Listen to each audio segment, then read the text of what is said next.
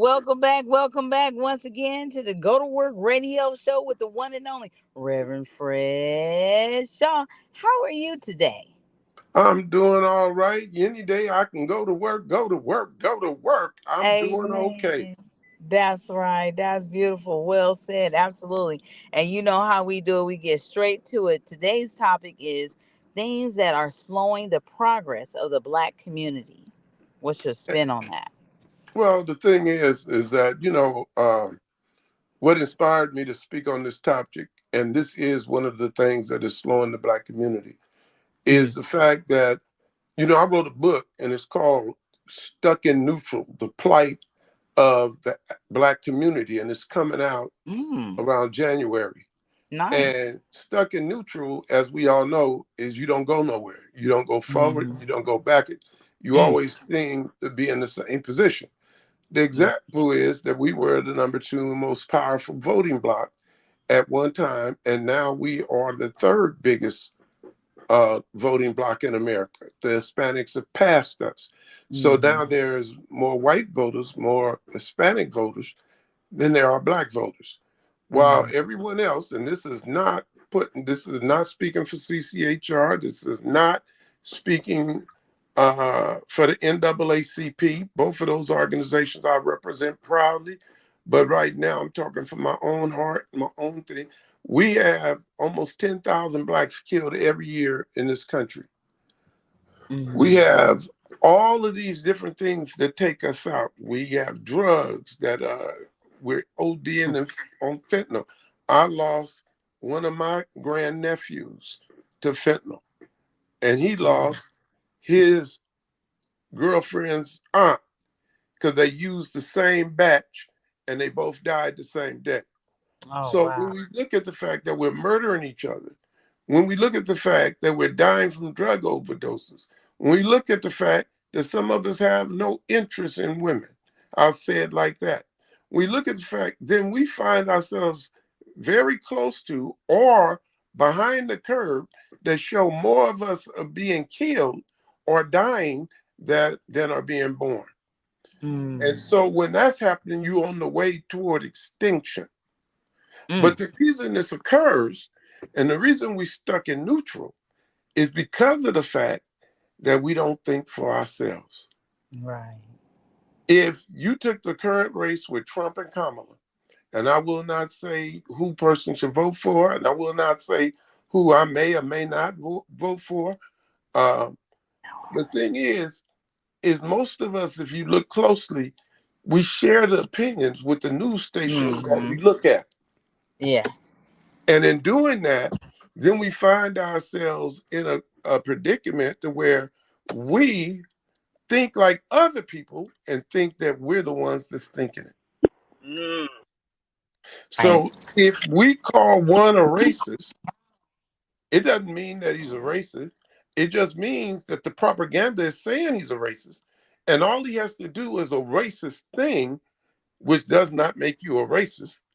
Because I bet if any of us that are Black thought about what we say sometimes behind closed doors, we'd be subject to the same penalties that some of these people that are being called racist are. The way to Mm-hmm. determine if a person is racist or not is how they treat you, Mm-hmm. how they respond to your community. Mm-hmm. So you have one guy who important celebrities or Black celebrities ask to speak to and can't get a meeting. But the racists, they could get the meeting. Mm. Well, I found out that that's just the way certain regimes operate because it had nothing to do with race. Because Robert Kennedy tried to get a meeting with a certain camp and could not get it. Mm-hmm. Went to Trump, and not only did he get it, but he's going to end up in some kind of position running some kind Mm. of important thing. So the thing is, it's the mindset. Oh. We Mm-hmm. are 90 to Yeah. 20% on one side of the coin, but everybody else is 40% or 50%, which means that both sides have to play for their uh, the play to their vote. Mm-hmm. Where in the black community, now that we third, they don't have to do that. Now, how did we get third? Well, there may be some factors that I'm unaware of, but I know I've walked into bowling places, and I won't even say what languages Mm-hmm. they talk. They didn't speak English. Mm-hmm. They had to get, well, how do you become a citizen and you can't speak English? Oh wow. That's how, these things go. But to getting back to it, and everybody here know that listen to us regularly that I'm with the Citizens Commission on Human Rights. I'm with the NAACP. I write novels. I do a lot of different things.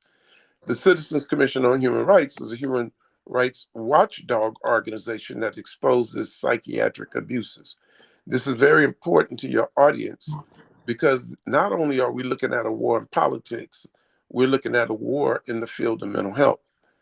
And as long as people who are suppressors have the right to dictate our future, we are in trouble uh, as a people.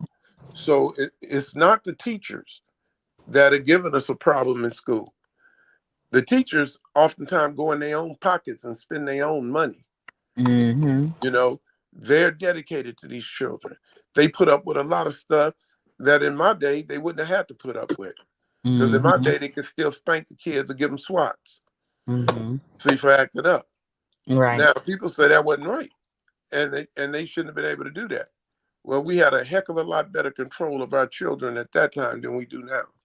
Mm-hmm. So I don't know if it was right or wrong. I think parents are to be the ones that discipline. I know school might not have been the proper venue, but it was done. But I do Mm-hmm. know that our neighbors could whoop us, and if the neighbor came and complained, we'd get another whooping at home. Mm-hmm. Now, the thing is they use the idea of help to harm us. They came in and said that they were stopping parents because some parents abuse kids. And by the way, just about probably the same percentage of abused kids stayed the same, even though you passed laws saying you couldn't spank the kids and stuff, because everybody wasn't an abuser. People were just Mm-hmm. trying to get discipline over their children. Mm-hmm. And I had a person and she didn't understand. She didn't know. She said, "What is the fascination that black people have with whipping their children?" And I said, "You don't know, do you?" And she Mm-hmm. said, "No." I said, "Well, it comes from the fact that at a certain time, even though a kid was 9 or 10, if he was acting out and he ran into a white person, didn't say excuse me or beg your pardon or whatever and stuff, then that white man might go so far as to have him killed. We've seen that with Emmett Till and others. So our Mm-hmm. parents used to, or the adults at that time used to whip the kids to where they thought the white person was satisfied because they would rather whip the kid than to see their kid hung or mutilated or destroyed. Mm-hmm. Now, some people say that's exactly where you got the idea that this hurts me more than it hurts you. It hurts you because the Mm-hmm. mother or father hated to have to beat their kid to protect their kid Mm-hmm. because they didn't have the power. Because if they spoke up or stood up, then the whole family could get killed. Well, the one thing I want to say is that mental health never came to the rescue of Black Americans in the United States or Africans in Africa. They Mm-hmm. always took the position of the suppressor. You've heard me quote Dr. Benjamin Rush saying that he said that black people's skin was dark because it was akin to leprosy and white people should stay away from us. And the only way to know if we were cured or sane is if we turned white. Mm-hmm. Now, with that, I'm gonna give some information because this sometimes goes real fast. I don't know if I have 5 minutes left, or but I do know that Yes. okay. So I do know that if we look at the things like the schools, if we look at the things like where are the summer programs where the kids have the lunches and stuff? How come we don't have where the kid gets to school on time and now he can have uh, a breakfast? So school starts at 8:30. If you here by 8:10, you'll serve him up to 8:15. He got 15 minutes to get some oatmeal, something down his throat, and now he can go to class.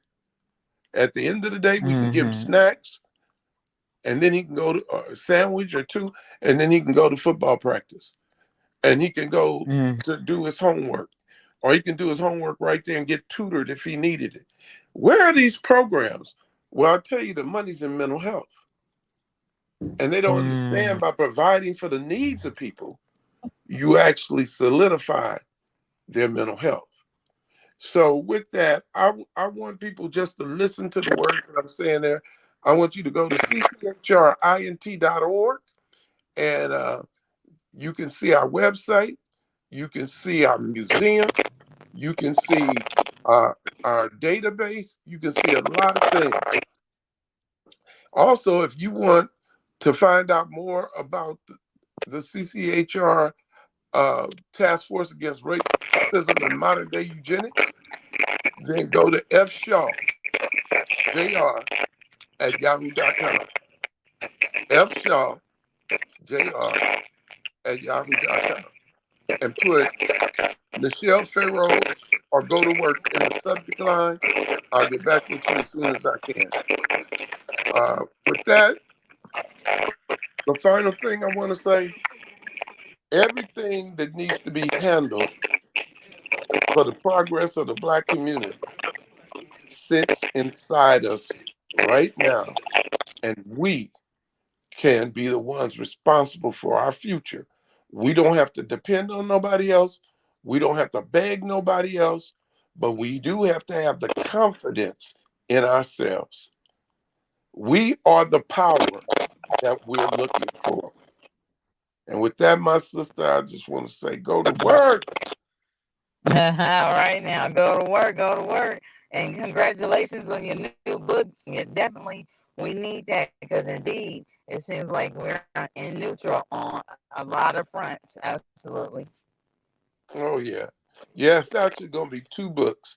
That one is coming out, Stuck in Neutral, the Plight of Black America.